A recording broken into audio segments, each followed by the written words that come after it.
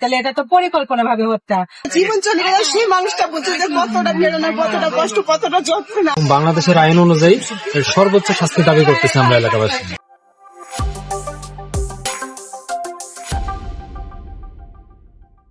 এখান থেকে ধরেন আমরা গেছি একটার দিকে খুঁজতে যে পানি পড়েছে নাকি, আমরা খালি ঘোরাঘুরি করেছি যে পানি পড়লে হয়তো বা ভাসবে, এরা দেখার জন্য আমরা পাকাপাকি করেছি। আমার বাবা হচ্ছে 5 মিনিট আগে উঠে আসছেন, আমরা 5 মিনিট পরে গেছি এই রাস্তা দিয়ে যায়া, তখন আমরা দেখছি যে ওখানে পড়ে আছে। তাহলে এটা তো পরিকল্পনা ভাবে হত্যা।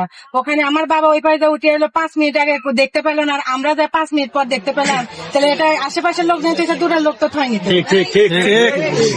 এটার আমরা সুস্থ বিচার চাই। আমার ফুয়াতো ভাই সম্পর্কে তার যে কতটা কষ্ট হয় সে জানে, কিন্তু একটা জীবন চলে গেলে সেই মানুষটা বুঝে যে কতটা বেদনা, কতটা কষ্ট, কতটা যন্ত্রণা। আমি 2টা বাচ্চার এটা উপভোগ করি ভাই। আমরা চাই আর সুস্থ বিচার, আমার নিজের রক্ত কেউ না মানুষ, তার সুস্থ বিচার হোক। আমি এটুকু দাবি প্রশাসনের কাছে চাই। কালকে বিকাল আনুমানিক 5টার পরে আমার বন্ধু হয়, আমাকে ফোন দিয়ে বললো যে বাচ্চাটাকে খুঁজে পাওয়া যাচ্ছে না, একটা পোস্ট দিতে। আমার আইডি থেকে আমি একটা পোস্টও শেয়ার করলাম।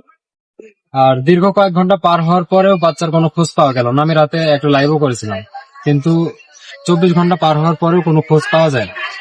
সেই ক্ষেত্রে আজকে দুপুরবেলা আবার হঠাৎ করে শুনলাম যে বাচ্চাটাকে নাকি একটা জায়গায়, যে একটা বাড়ির পিছনে সাইডে পাওয়া গেছে। মানে দুপুরবেলা, সকালবেলাও নাই, রাতের বেলাও নাই, ওখানে মানে ছিলই না বাচ্চা। আজকে দুপুরবেলা বাচ্চাটাকে পাওয়া যায় ওখানে। তারপরে শুনলাম যে বাচ্চাটাকে নাকি হত্যা করা হয়েছে, পরে নাকি বিষ দেওয়া হয়েছে, আগে বা পরে যাই হোক বাচ্চার মুখে বিষও দেওয়া হয়েছে, নির্যাতন করা হয়েছে।